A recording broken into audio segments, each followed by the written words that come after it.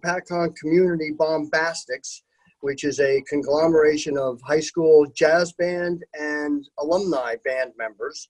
And that was followed by a rock group, Black Tie Groove. There were about 150 people there. It was a nice event. My only complaint was the Black Tie Groove didn't play any Jimi Hendrix songs. So we have to talk to them about that. Just to recap, recreation basketball has been canceled, as well fall street hockey has been canceled. Our meeting tonight, we talked about Halloween. We're looking to try and do part of our Halloween celebration. There will be no parade, but we're trying to put together other events such as the costume contest. And the date for that is October 11th. The rain date will be October 18th. And the tree lighting we have scheduled for December 12th. We also had some conversation about a Christmas event of some type. I'll have more on that later. Moving on to the Environmental Commission. First of all, I want to thank Brad. He was the major organizer in our Hometown Hero program. It was an excellent program, very well received. Hopatcong always has a steep tradition in supporting our military, joining our military, and recognizing our military. And I want to thank Brad for that. That was a great event. From the Environmental Commission, we had some more conversation about trying to rejuvenate the Creative Arts Council, whether or not to just rejuvenate it on its own or merge it with another committee. The Lake Hopatcong block party, which was previously rescheduled for October 10th, has now been canceled. We are looking to do a fall hike. I don't have a date yet. We're looking to do a fall hike in the Roland and May Eves Sanctuary area. The town cleanup is scheduled for September 12th with a rain date of September 26th. Shred Day is still on at this point. That's scheduled for September 19th. And we had some conversations about trail maintenance. Moving on to Municipal Alliance. We're trying to get Hero Boys and Girls on the Run started. Last year, we did have some issues with participation in Girls on the Run. We are also trying to do a drive-in style movie night. We don't have a date yet, and one of the reasons we're still working things out with the license holder. Project Graduation has a form of a non-graduation ceremony for the seniors that graduated this past June. They have that scheduled sometime in January. If you've been to the clothing bin at the senior center, you'll see that it's closed. That's because Turnkey is not able to do business right now. Their separating facilities have all been closed down. It's still not open. So they finally got to a point where they can't store anything else, and they closed all the bins. That's temporary. Don't know how long it'll last. We had quite a bit of discussion as far as what events to do, whether or not we can get any school-based events going.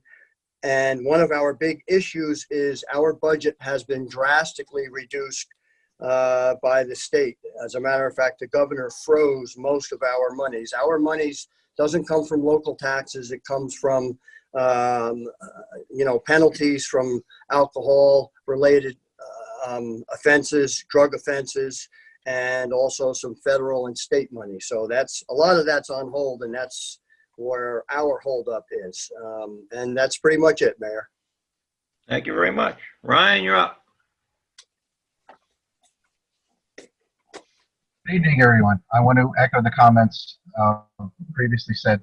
Mr. Hoppenkamp, thank you so much for doing the Hopatcong Heroes. That was a very special event, and I'm glad so many people were able to attend. I'm also encouraged by the fact that we're still accepting applications for that. I know there were some people that approached me afterwards and said they hadn't heard. I hope that they can get their applications in sooner so that we can get them up on the polls.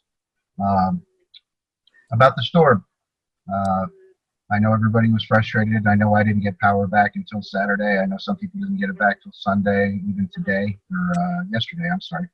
And I'm going to let Mike talk about JCP&L, but I really can't say enough good things about Wade and Kevin over at the OEM. They did a phenomenal job reacting to this storm. In fact, a lot of the guys from the fire department helped out, and from the fire service came down and cut down trees. So they deserve our gratitude and our thanks. When JCP&L didn't come, they were there. They helped get our roads open, and they were instrumental in really getting this town moving again after such a violent storm hit us. So I want to express my gratitude to them. With that, I'm going to move on to Chamber of Commerce events. This morning was the virtual B2B breakfast for this month. There will be another one next month. The Chamber of Commerce Young Professionals Committee is hosting a trivia night on August 19th. That will be via Zoom. The third virtual job fair is on August 20th. If anybody's looking for a job, please contact me. Hit me on my cell phone if you have it, my email from the town, and I will put you in contact with the committee chair who's running that event, and they will get you on the list for that virtual job fair. The Expo, the Chamber of Commerce Expo, which has been rescheduled time and again due to the COVID crisis, now has a new date. It is October 29th. We're hoping that it will be able to run on October 29th, but that's the latest update on that. I guess I'll skip on to Sussex County MUA. The next shredding event is on August 21st. They still have mulch up at the facility. Regular mulch is $5 a yard. The black or red colorized mulch is $20 a yard. And they just had an e-waste event last month. The next one will be October 17th. And that pretty much covers it for the committees. Thank you. Thank you, Ryan. Jennifer, you're up. All right. I wanted to start off by thanking Wade and Sean Poland for their help last week. They were extremely helpful for me and some residents in town. Not only that, but the DPW did a great job and the Forestry Service did phenomenal. Wanted to also thank Firehouse, Jefferson Firehouse, for hosting my husband and I at their annual picnic on Saturday. That was amazing. Thank you very much. And as for the school, the school came out with their plans. It's a hybrid plan. It's available on their website, hopatcongschools.org. The superintendent is having two single issue meetings. One is on August 18th at 6 p.m. I'm assuming it's at the high school. And there's another one on August 27th, also at the high school at 6 p.m. And that is all I have. Thank you, Jen. Ron, Administrator's report. Yes, Mayor. Thank you, and thank to all of you for your support tonight in the auction. It was very well awaited. We started this process back in March, so to thank everyone for everybody's patience and support with that. The first thing I want to talk about is paving. Basically, we need to award a contract to Tilcon, and we've got notice that the federal monies are going to be released any day now for our federal grants for paving. So the way it looks right now, we're going to do all the paving at once, starting somewhere in the first week of September. This will allow our DPW guys to do their preparation work as far as catch basins and drains and grates. All the steel, what we call steel work, has to be done before the new paving can come in. So we're going to get that all done at once, and we'll pave all at once to have a less interruption to the borough. So that's going to start sometime first week of September.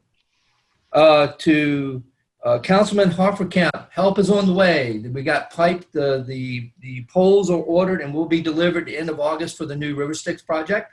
So that's the next phase to go to get those installed.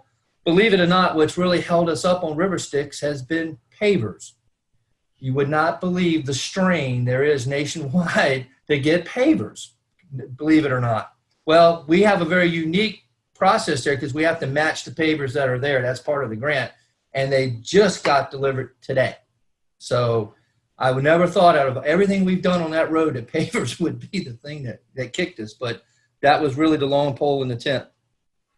Talking about getting back to normal, we are going to put the borough back to all operational hours starting Monday. So we will be open from 9 to 4:30.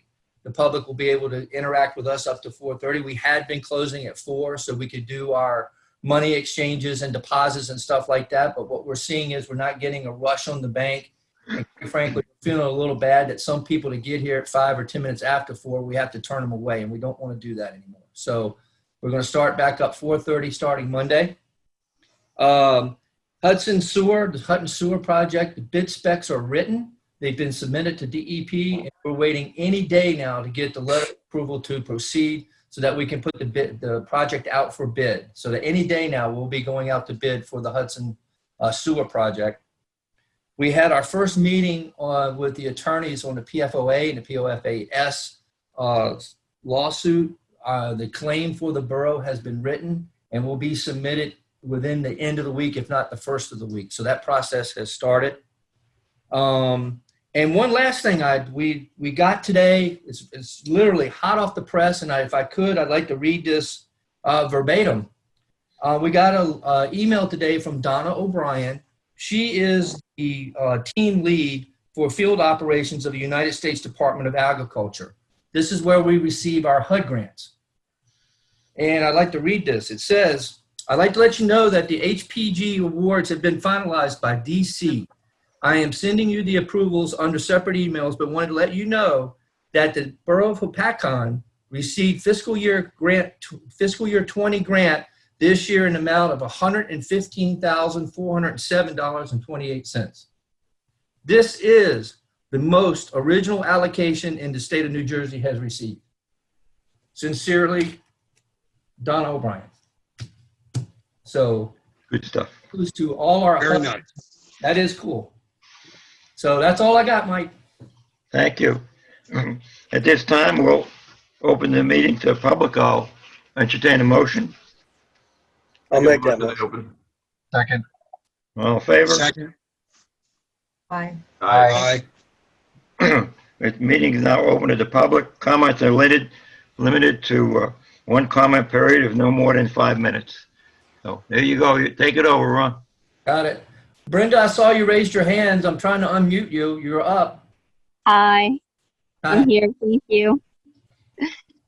I hope everyone's been and has remained well during COVID-19 and fared well during the power outage last week. So glad to see you're all in one piece.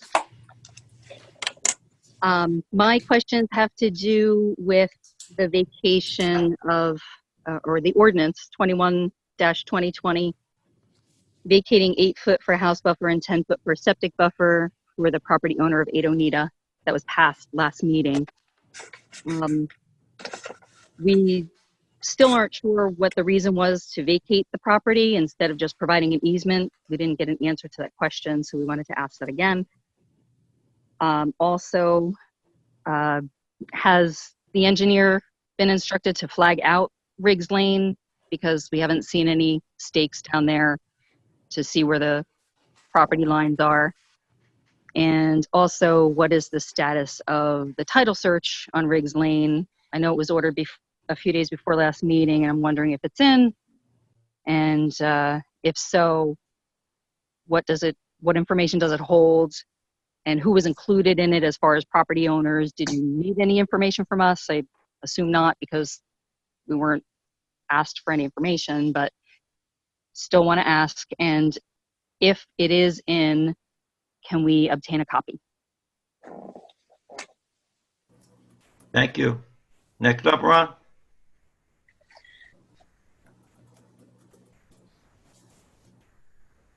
And I'll ask anyone from the public that would like to ask a question to hit the reaction button so I can see your hand. Okay. Michelle, you're on. Okay. Can everyone hear me? Mhm. Michelle Guttenberger, private citizen. I have an issue, an accounting ethics issue about the Hopatcong Hometown Hero banner program. And the issue I have is over its sponsors, because the sponsors seem to be political. Okay, according to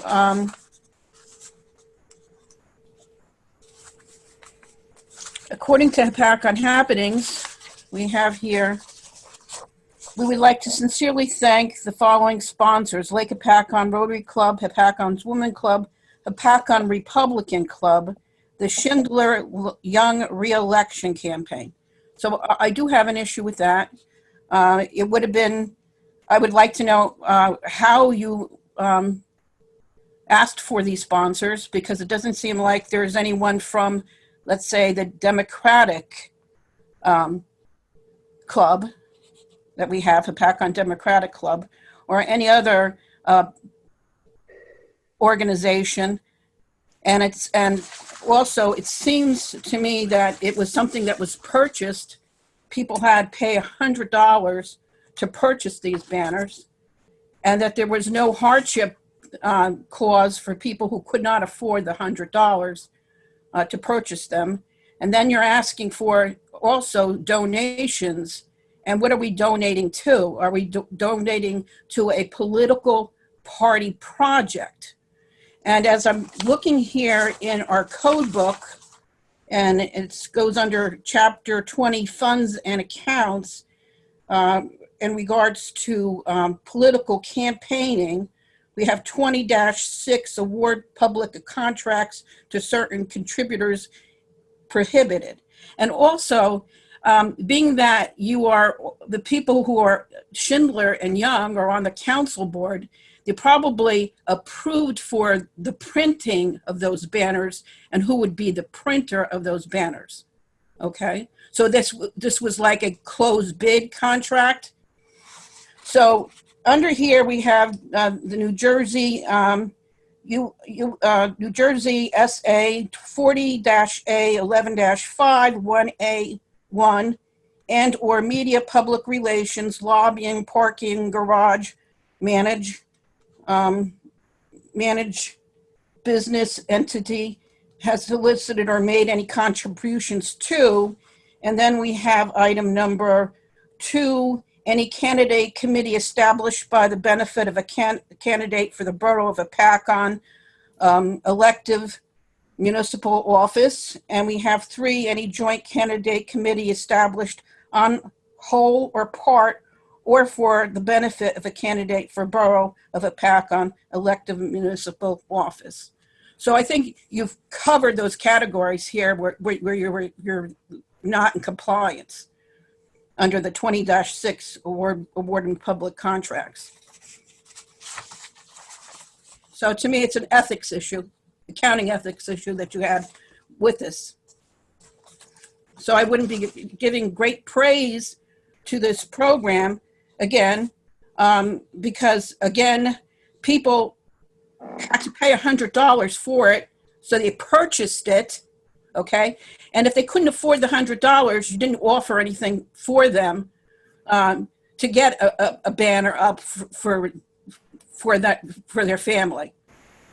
And you didn't publicly broadcast to the whole community for sponsorship. It seems to me that was biased to one political party, and these banners are going to be up for 2 years. And those people have no say, and what they purchased the banners, and you're putting them up for 2 years, and they're going to be in inclement weather and damage is done to their banner. And then after, because it's a minimum of 2 years, and then after, they will get their banner back after it's been damaged because of weather, because you're not going to be taking it down. And that's another thing about our flags that we put up too. There's also rules or guidelines about the treatment of American flags. And you always put these things up on flag posts in inclement weather, which is to me very unpatriotic. There's a certain respect that we have for our flags. We take them down. Thank you, Michelle. That's your 5 minutes. Okay, so my 5 minutes are up. And you know Thank what? you. I have a JPEG of all this stuff that because I cannot get a screenshot. I have a screenshot now, and I'm going to put these JPEG. Thank you, Michelle. Next up, Ron.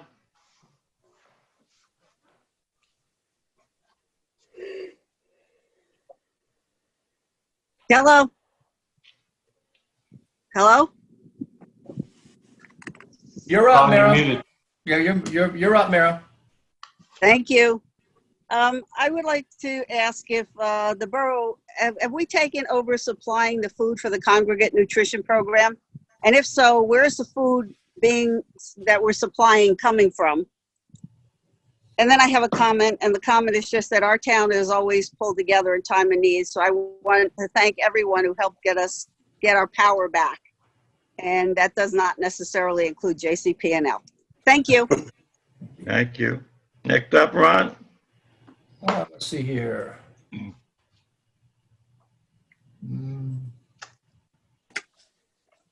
Here we go. Mark, you're up. Mark, you're up. Hello, can you hear me? Yes. Okay, good evening. My name is Mark D'Ambrosi. I have lived on Leland Trail for over 30 years. Like many of my neighbors, I was here for Sandy. To find out almost 7 years during a state of emergency that Hopatcong has not even instituted effective communication systems to relay important and necessary information to residents is not just disappointing, it's downright dangerous. During this time, I also found out that the town repeatedly violated the First Amendment and the New Jersey Constitution by deleting comments on town social media pages. If that was not enough, 2 members of this body posted or sent messages that were openly hostile and combative. They also claimed that residents called for information as political, completely ignoring that a state of emergency had been declared and public safety issues abounded. You as a collective should be ashamed. Residents rely on you to get it right, to use town resources to plan for emergencies and secure our health and safety while you cannot control utility immediately responds in an emergency. You can advocate and lead us through it. As leaders, you must also fulfill your responsibilities to ensuring public safety in emergencies. You also have a duty to be transparent with actions taken in an emergency. Instead of town officials managing Hopatcong happenings stated, and I quote, are you ready for this one? There's a lot of behind the scenes stuff that is happening that you are not aware of. You listening? Okay? We're not aware of. We also quoted, we don't have to make people aware of it. That's beautiful. Please cite the applicable law, rule, or regulation supporting that statement. If you do not have it available by the time of the mayor's response to the public questions today, please let me know by what date an answer will be provided. The fact that the town had no means of communication with residents in a power outage cannot be excused away. Please also do not insult the people by stating that the Borough Hall lost power or phone service. The emergency response plan should address such events as Borough Hall not having power or telephone. If it doesn't, then whoever wrote the plan needs a different job, or if a contractor was paid for it, then that contractor should be sued. The whole town readily managed to keep us updated on egg hunts, movies, and dress-ups for the Hopatcong market. Tells residents that our health and safety during a declared state of emergency matters less. That one person controls the Nixle alert system is dangerous and demonstrates that safety is not taken seriously. This was not a spontaneous storm.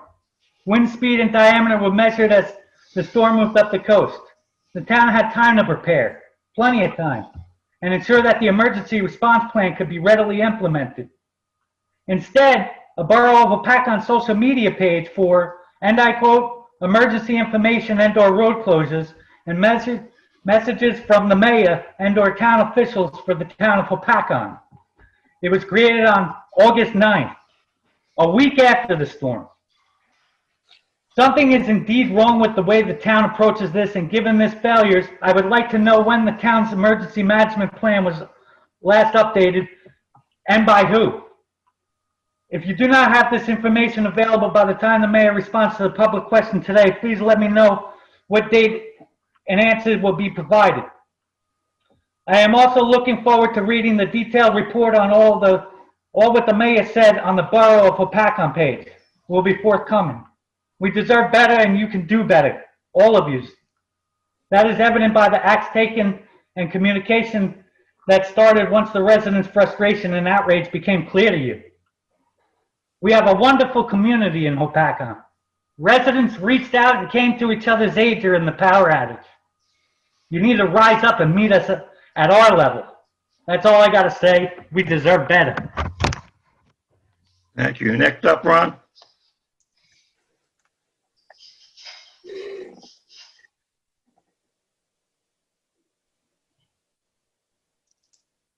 I don't see any, Mike. Give it a little time. Okay.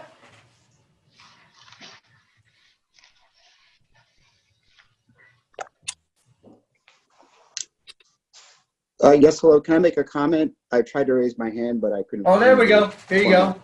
You're on, Yeah, Dave. hi.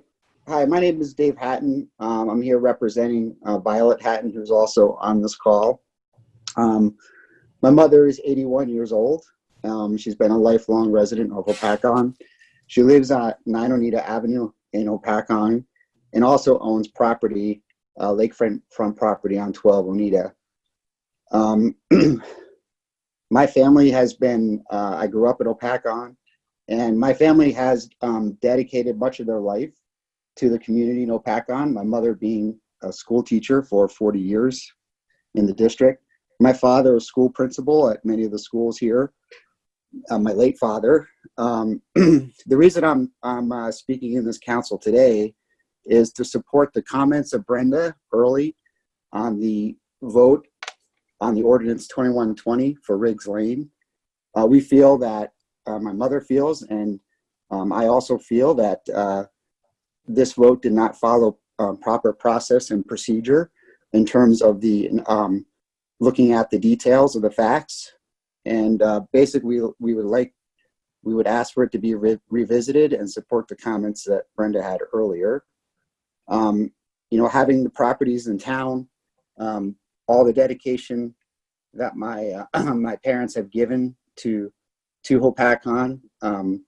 My mother feels that right now that the rights of this property that she had in her deed of her house, of her property, has been stolen away by this council, and we would like it to be revisited and properly looked at.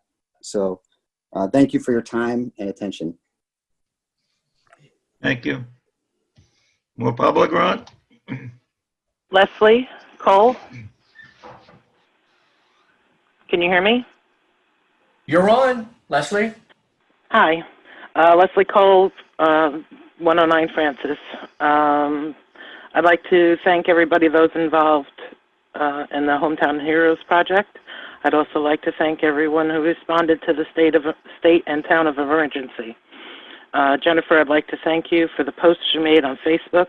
I'm sure they were helpful to those who had stable internet access. I personally did not have stable mobile access. I'd like to thank the mayor, Francis, for having the recycle center and making the dumpster available so the residents could dispose of spoiled food. The main reason I'm here today is to talk about the lack of communication prior, during, and after. The underutilization, again, of the Nextel alert system. I've spoken about this previously. The tornado warning, the state of emergency by Governor Murphy, road closures as they came in, any possible detours, what mobile access I had to the Borough of Hopatcong communications came after the storm. I have my cell phone records of how the communications came in. Stanhope had listed the tornado warning. Byram had listed instructions of what was going on and detailed information. Once you hit the link, it took you to the Nextel website and had much more information listed, not just a quick blurb coming from the Hopatcong alerts on the phone. All right. My thoughts are that when a state of emergency comes out, especially weather such as this, maybe not so much the COVID, but a state of emergency goes out on a weather situation, that the OEM would be initiated immediately. And I would like to know if that was done.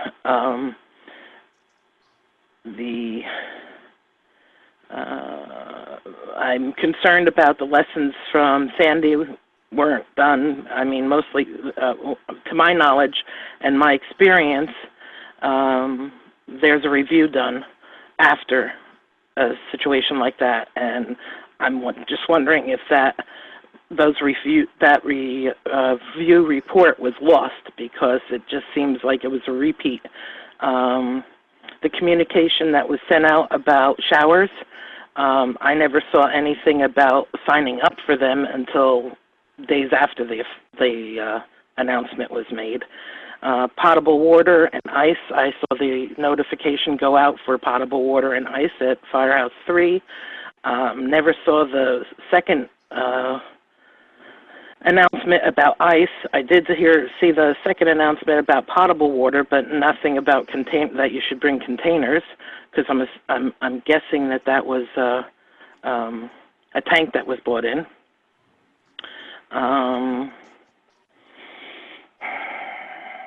Again, okay, this is the big thing. Not everyone has a cell phone. Not everyone has internet.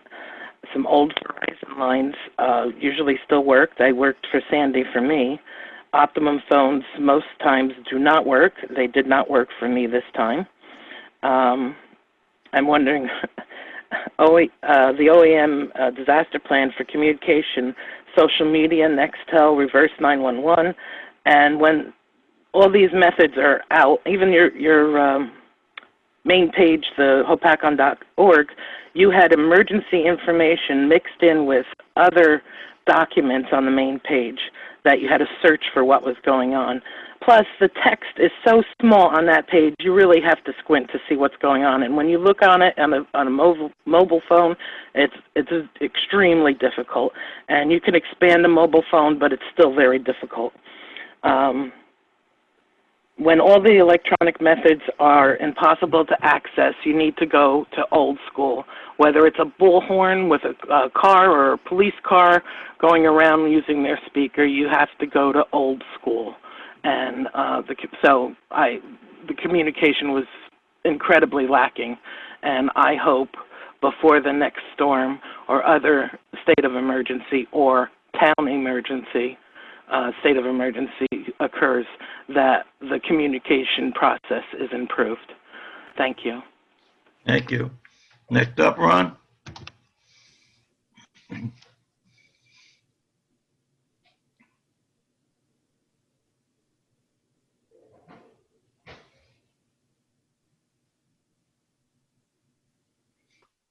None? Hold on 1 minute, boss. Yeah, we're good. Hold on.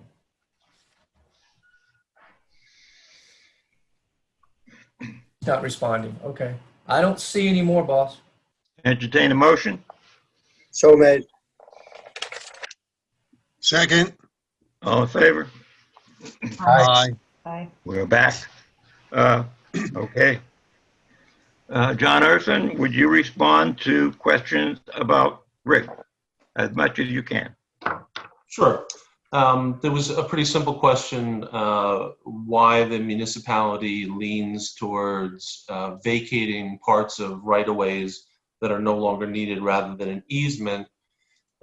Typically, if the property isn't needed for public purposes, we would rather not own it rather than give someone else rights to use it, because when you give someone else rights to use it, things like dumping or pollution or damage to the property end up becoming the issue. So typically, the policy has been to vacate areas that the municipality doesn't need rather than give easements where we would still own the property.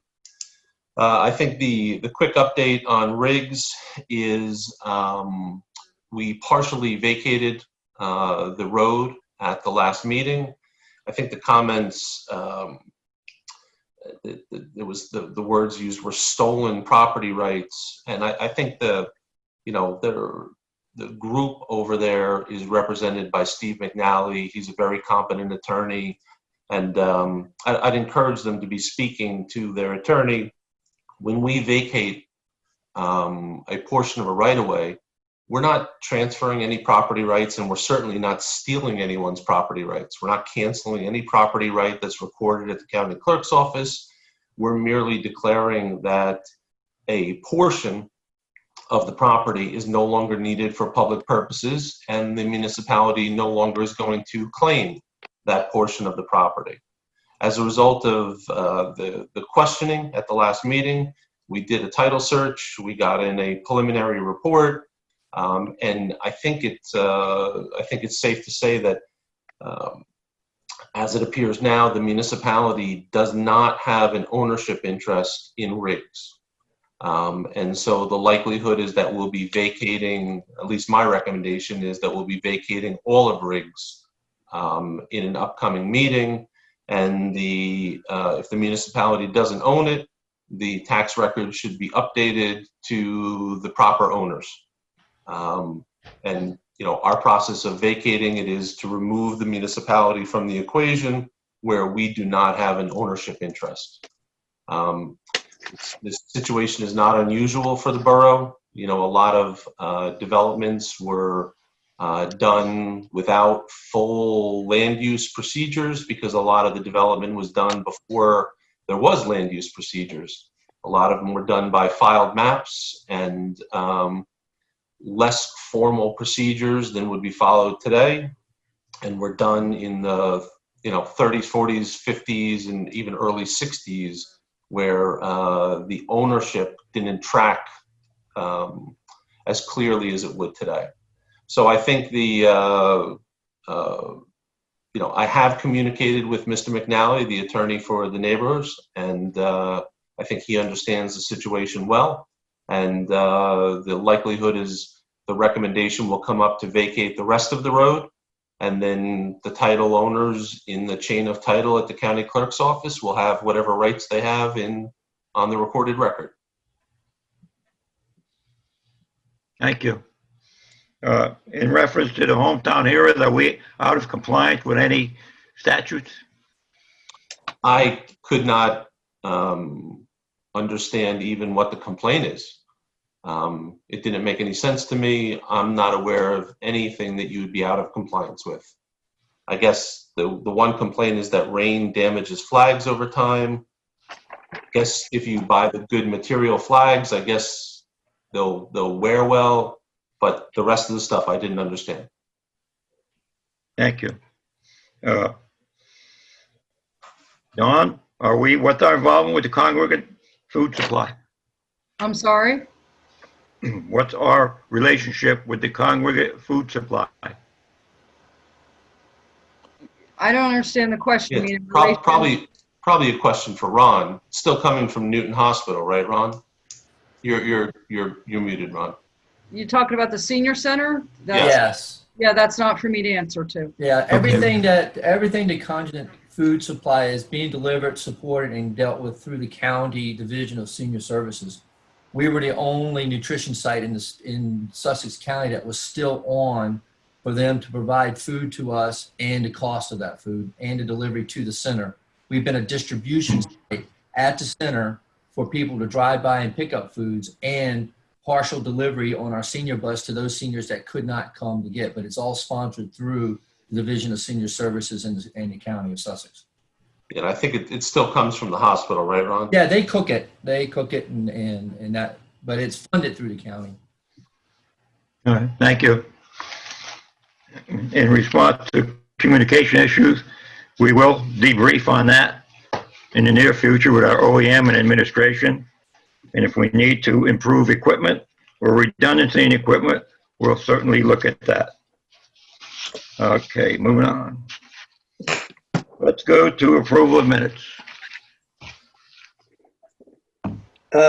Mayor, I'll make a motion to accept the minutes from July 15th as written. Second. Call the roll, please. Mr. Hoppercamp, Yes. Ms. Johnson, Yes. Ms. Roberts, Yes. Mr. Schindler, Yes. Mr. Smith, Abstain. Mr. Young. Yes. Thank you. R 2020-106, approval of the bills list. I have a couple questions about the bills list. What? I have a couple questions about the bills list. Go. 20-00835.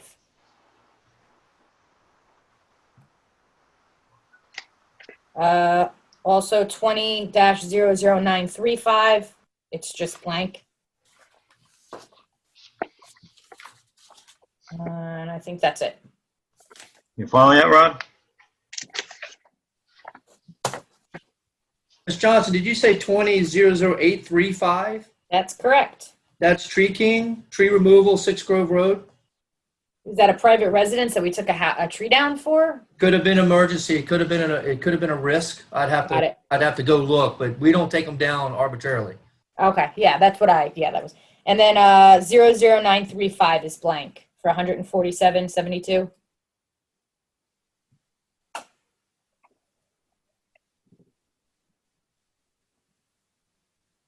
I don't know, Jennifer. I'm going to assume it's a continuation of the lunch program, but I'll have to find that out. Okay. Was that Mara's question? The senior citizen lunch program, if that's funded through the county, and what's through us? It could be other things that's there. The food certainly is funded through the county. Got it. I understand what you're saying. Okay, thank you. Call the roll, please. We didn't move anything yet. Oh, well, I'll entertain the motion. I thought we moved it and we're on comments. Mayor, I will make a motion, unless there's further discussion or questions, I'll make a motion to approve the bill list in its entirety. And I also want to mention to include the latest account of 20-0111. That's for Everblue. Oh, yeah.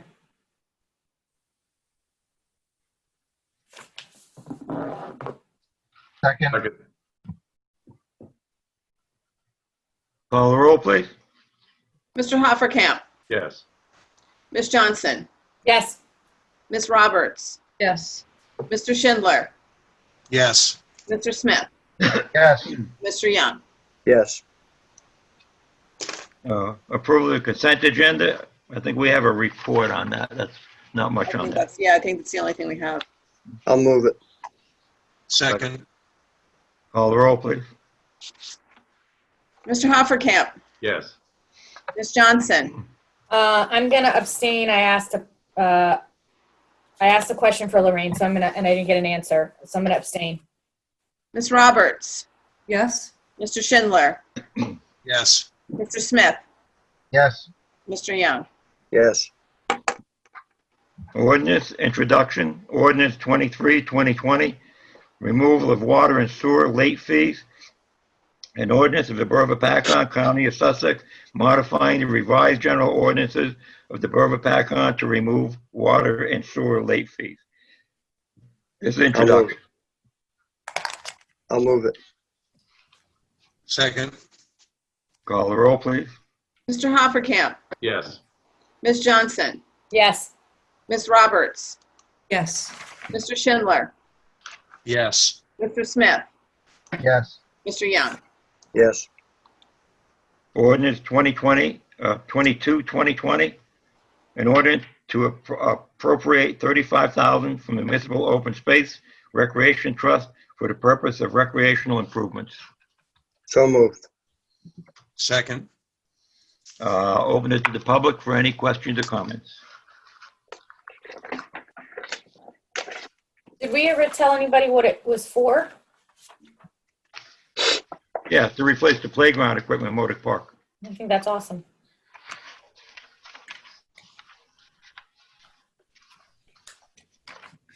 I see none, Mayor. All right. Move to Move to bring it back. Second. All in favor? Aye. Call the roll, please. Mr. Hofferkamp, Yes. Ms. Johnson, Yes. Ms. Roberts, Yes. Mr. Schindler, Yes. Mr. Smith, Yes. Mr. Young. Yes. Resolutions 2020-107, approval of duties, responsibilities, and compensation for Deputy Administrator, CFO. So moved. Second. Call the roll, please. Mr. Hoppercamp, Yes. Ms. Johnson, Yes. Ms. Roberts, Yes. Mr. Schindler, Yes. Mr. Smith, Yes. Mr. Young. Yes. Resolution 2020-108, authorization of award of contract to Tilcon for road resurfacing. I didn't, were we supposed to get the quote in our agenda packet? No.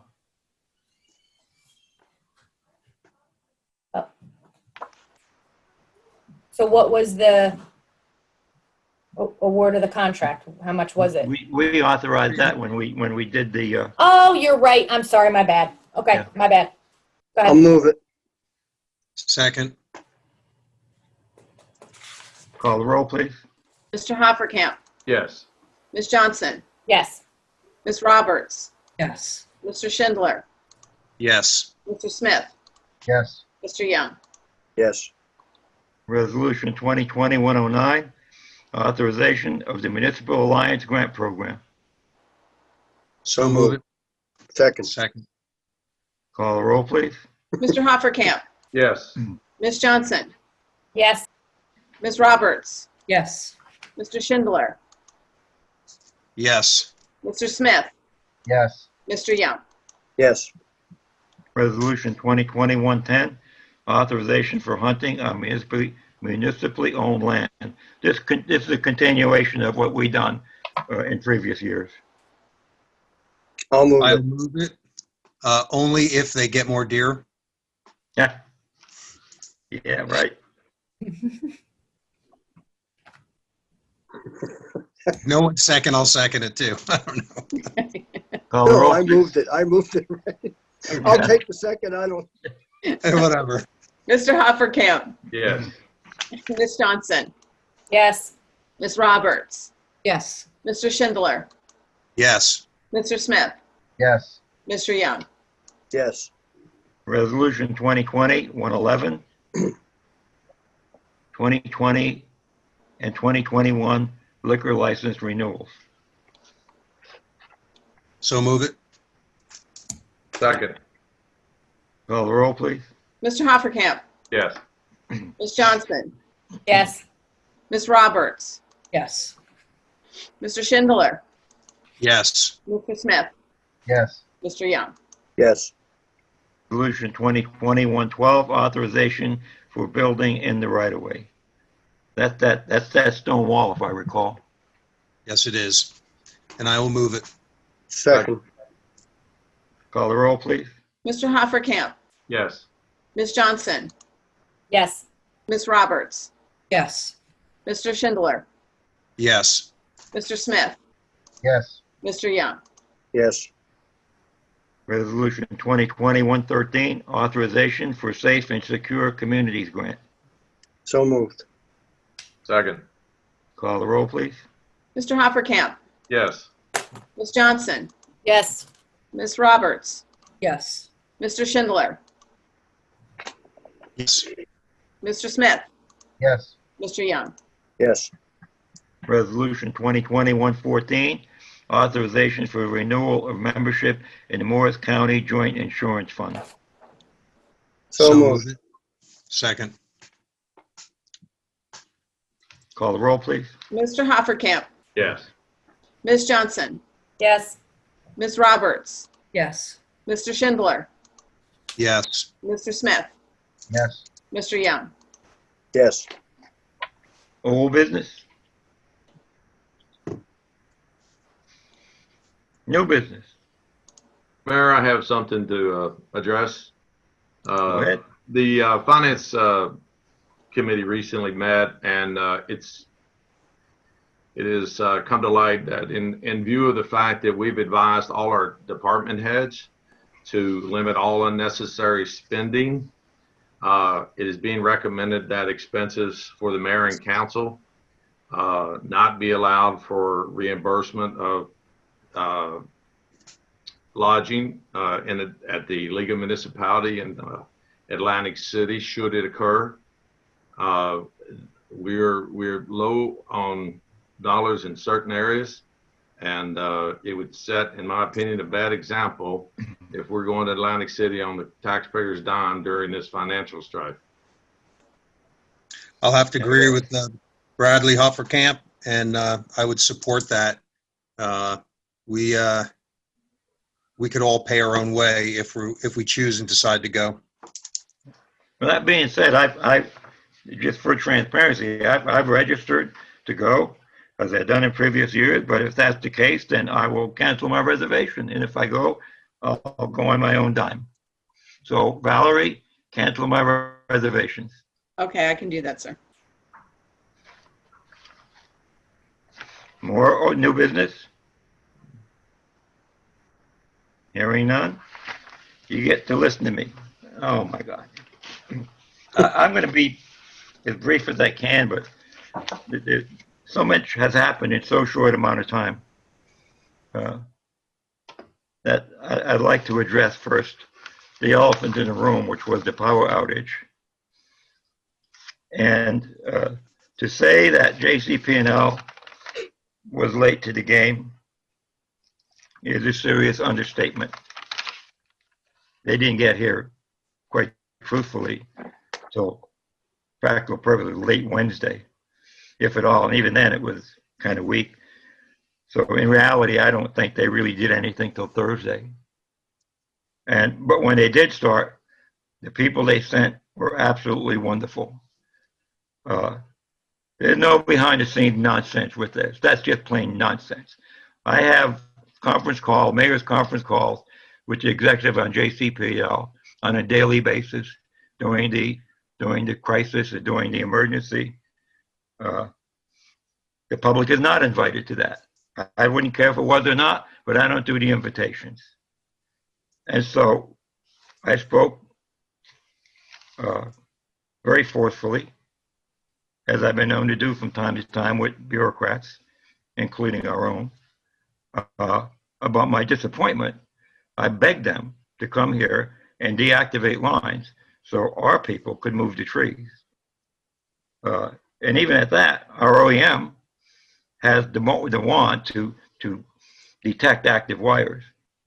And so the Fourth Fire Service, our fire department, our DPW, and our OEM cleared most of the trees, not JCP&L, truth be known. They did some of the big nasty ones, the one on Chincope and the one down Old Lakeside, but not many more than that. Most of it was done with our own effort. We're perfectly capable of Hopatcong of fending for ourselves. We do it. Sometimes I feel like we're an island, really, when it comes to getting support from JCP&L, the DEP, name them. But we still do it. And we're still strong. I hate to use that thing, but we are Hopatcong strong. We are. And even with all of our faults and disagreements and we get pissed off at each other or whatever, when the chips are down, this town and the people in this town, they do get together. They are strong. We'll talk about that later when we disagree on stuff. We'll fix all that. We will. But the main thing is our people care about each other to a fault. They do. When people's power come on, people would say, look, I got power. You can come over and use my shower. You cook my coffee here. You don't hear that in every other town. I didn't hear that in Parsippany. I didn't hear that in Bergen County. I heard that in Hopatcong. So this trash that I hear about talking to our town in a negative view just doesn't work for me because I see it differently, because it is differently. I'm very proud of our people, all of them, even if I don't agree with them, because again, when the chips are down, we pull together, and we have. We're not perfect. We don't pretend to be perfect. We'll never be perfect. But I'm hoping and praying that we do learn from this experience. And we will debrief. And there'll be some tough conversations. They might not all be public, and they shouldn't be. When we sit down in a room and start banging each other's heads about what went wrong, what didn't get wrong, the time to do it is later, not during the crisis. So if you expect someone to get in a heated debate during a crisis, that's not how it works. That's not incident command work. That's not emergency work. We just pull together and get through the crisis. Now, I'm not saying that we're going to have either conversation next week or the week after. Some are going to be a little rough. And we don't take our dirty laundry out in public when we say, hey, look, you didn't call this or you didn't do that. That's how we improve. And we will improve. You might not appear, but there's a lot of stuff that goes on in emergency. It's very stressful. But our emergency responders, they come to the fore on this. They do. Our police, our fire, our OEM, you just gotta pick up the phone. And there's CERT at the high school because we have showers for people. We don't have to ask permission for that, by the way. We just do that. And by the way, the firehouse, we didn't have a tank of dirty water. You came and you filled up drinkable water from the firehouse. So we didn't put that donkey or whatever the hell they call that tank that we get from the county out there to flush your toilet. You came down and you filled up your container like you always do, but with pure drinkable water. So that's what happened at number 3 firehouse. And to me, that was the right thing to do. So, we're going to improve. We will. Crescent Cove is looking good with the aeration. And for only running for 2 weeks, I'm amazed, quite frankly, at the positive results and how good it looks. We need to do better, of course. The aeration is a 2 to 3 to 4 year methodology. But Crescent Cove was so bad, and in only 2 weeks it looks better. The aeration will affect the weed pattern, it affects a lot. It will affect the blue-green algae, but on a longer term. So what I proposed is a what they call a bioblast treatment, 2 treatments actually, for this season that will eliminate the blue-green algae. It's non-toxic. There are no chemicals that are treated. Basically, we treat the bad bacteria with good bacteria. And basically, the bioblast treatment, as I call it, it's a natural non-toxic treatment. It consumes and fertilizes the fertilizers in the water. So it actually will help with the phosphorus too, in a sense. These things that the good bacteria affect are the things that feed the algae bloom.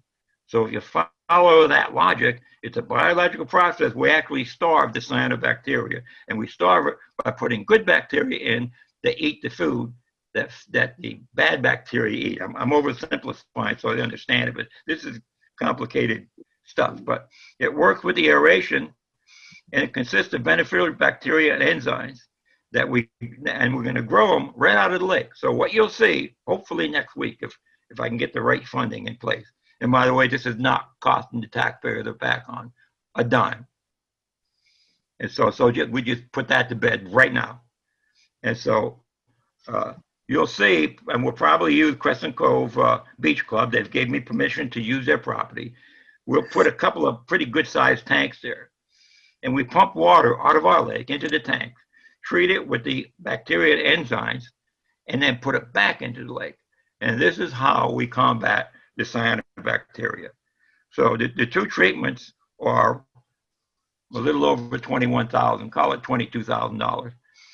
The Lake Commission is going to kick in $12,000. They approved that last night.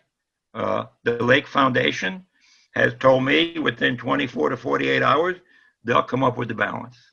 I've already contacted Blue Lakes and told them to mobilize and be ready. And when I have the funds, they're going to come and do the treatment. And like I say, I hope it's done within the next week or 2, because along the shoreline of Hudson Cove, we're starting to get high readings. The middle is not bad, but again, it's the shoreline. And so the bio treatments will solve that problem. And the methodology I'm using has not been used in our lake, or probably not many lakes in the state of New Jersey. But this methodology is being introduced in Florida. It's been introduced in Texas, Pennsylvania. Lake Heritage, which was a swamp a year and a half ago, is now becoming pretty decent fishing hole. And that's about a 200-acre lake. Lake Carmi in Vermont has chosen to strictly use aeration, and that's a 1,200 acre lake up in Franklin, Vermont. But it's taken a year and a half for them to start turning the corner. And with the way our lake is, with the runoff and the warm water, we can't afford to gamble on that time. So that's why I'm going to be aggressive with the biological treatments. And so keep your eye on that. We differentiate ourselves with that. The Borough of Hopatcong is pushing these methodologies independently because I believe that our lake deserves a little bit more attention than same old, same old. And so it's a little bit out of the box. If it doesn't work, I'll take full responsibility for it because that's the right thing to do again. And I'm confident that it will work based on performance in other parts of the country. And we gotta see what's working right for other people. And I believe that this is the model that we use that will show other parts of the lake on how to become more healthy. And so if anybody is wondering on my caring or passion about the lake, I just want you feel free to call me and we can talk about that. But Crescent Cove will be clean. It will be a model. And so far it's coming true. So that's enough about the lake. And if any, like I say, if any question at all, contact me. I'll spend a lot of time talking to you about it. The Hometown Heroes, I've heard nothing but praise on that. It is a wonderful program. I personally took a proclamation to a fellow's house that couldn't make it, and he was quite amazed. Him and his wife came out, and I went with Brad Hofferkamp, and we did our social distancing, and I did wear a mask, actually. I was correct. And so I read him the proclamation, and he was quite touched by that. So it's a big deal. It's not political. Honest to God, it's not. And we did respond to that a little bit. We did advertise for donors, and it was done through the Lake Hopatcong Regional News. They have a lot of circulation, a lot of readers, and so it was advertised. If no one stepped forward, then the program is still going on. So if you want to donate towards it, have at it. But it is a great program. I'm very proud of it, and all of our veterans are very proud of it. So that's about all I got for tonight. Please be careful. You know, we're moving through this pandemic nonsense. Please be careful. They're talking about the schools, and I worry to death about our children. They need to be educated, but they need to be safe. I just got another phone call about our playground. The playground is not open. Neither are the basketball courts. And because they're not supervised. And I believe if the schools have the right plan, in my opinion, they need to go very carefully, and the goal in mind is to protect our children. That's the goal. That's our mission. And so if they can do that, I'm fine with it. But take your foot off the brake slowly, as we're trying to do in town. As I'm watching the numbers, Hopatcong's been doing pretty good with the numbers, and that's a good thing. But let's just keep vigilant. You know, I know the masks are a pain in the ass. They are. But, you know, and every now and then, I have to admit, every now and then I forget. And I say, oh, man. And then I put my mask on. But, you know, it's such an inconvenience. But it's so important. It's so important. So that being said, please be careful. Thank you for coming. And I'll entertain a motion. So made. Second. We're adjourned. Night, Wait, everyone. I needed to ask a question before we end. Is that okay? Of John Urson, if that's all right. You can talk to him offline. We're adjourned. Very good.